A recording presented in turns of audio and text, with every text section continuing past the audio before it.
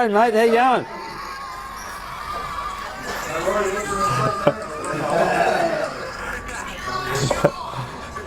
How are you, mate?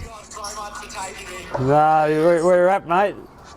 No, I'm so pumped. I thought as soon as I had my first Zoom with Will and stuff, I was like, oh, I have a feeling I'm going to these boys. Yeah. Did you speak to many other clubs?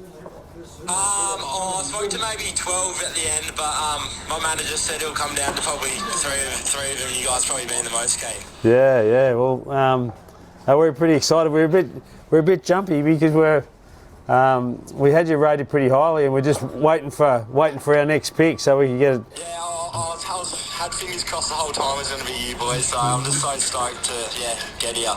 Hello everyone, welcome back to Kanga TV, the home of North Melbourne fans, and the 2025 National Draft is officially over with only the rookie draft remaining. Let's recap all the action from draft night 2. North went into last night's draft with 3 picks in hand. Pick 54, 72 and 82. Pick 54 turned into Luke Urquhart at pick 57. Well, I actually don't know what he is. Is he a midfielder? Is he a forward? Is he 184 centimetres? Is he 190 centimetres?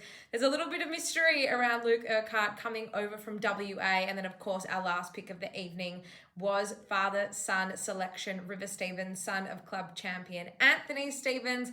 Let's talk about all the moves that North made. Our first selection of the night, pick 57, it ended up being was Luke Urquhart from WA. Like I said, there's a little bit of mystery around what Luke Urquhart will bring to North Melbourne. He is listed as an 184 centimetre big-bodied midfielder. However, in the discussion that's followed over the past sort of 12 to 14 hours, apparently he's actually 190. So he's got different heights listed in different places, and he has been known to push up forward and kick a few goals. This seems like a very Clarko Coded Player, someone who does have that versatility. He can play in multiple different positions. Apparently he's quite exciting. Apparently he's really tough with the ball, lacks a little bit of polish, but that's something that he can work on when, he does come down to North Melbourne. I was a bit concerned with this pickup, I'm not going to lie. When we first selected him, another midfielder is not what North need, and we did talk about this yesterday. You go after Finn O'Sullivan. He's someone that you're not going to pass up on very easily, but then to have another pick in the 50s and to go for another midfielder,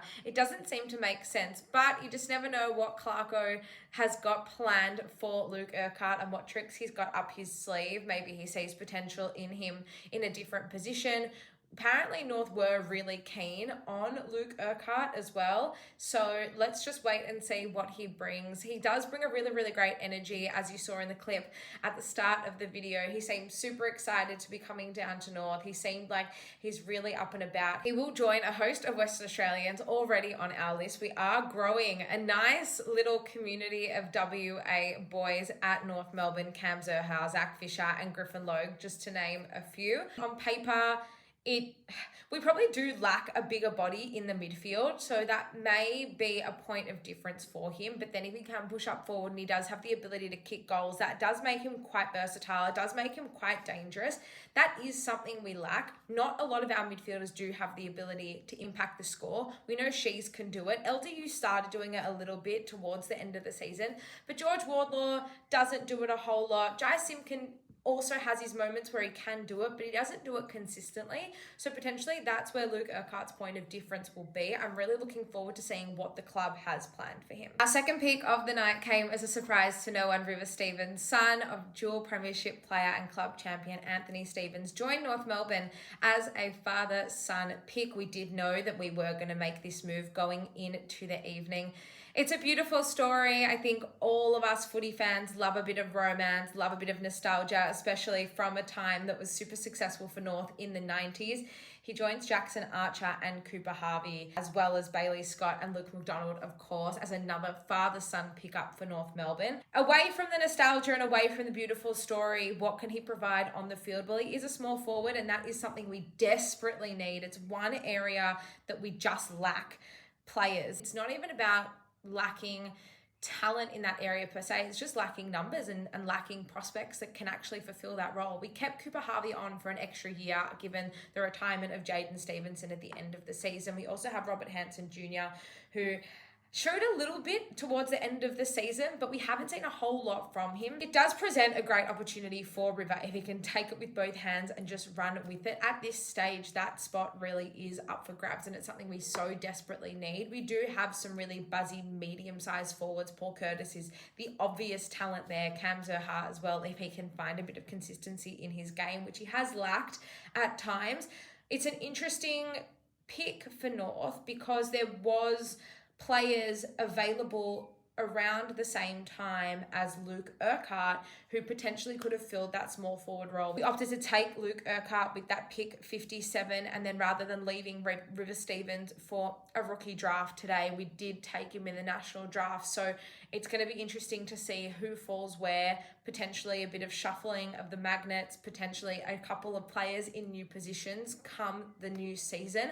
I'm really, really interested to see what Clarko does with these guys and how they slot into our best 23 and our plans for the future. As mentioned, today is day 3 of the draft extravaganza. The rookie draft is happening today. Clubs don't need to be there in person. They can dial in and take their picks. We have already recommitted to redrafting Toby Pink onto the rookie list, so he will be one of our selections made today. Whether we take any more players, we'll just have to wait and see. What did you make of North's draft night 2 and the draft overall? Leave your comments down below. Don't forget to like and subscribe for more Kanga content, and continue the conversation over on socials, Kanga TV Show on X and on Instagram. I look forward to debriefing the entire draft period with you over the weekend. I'll see you then.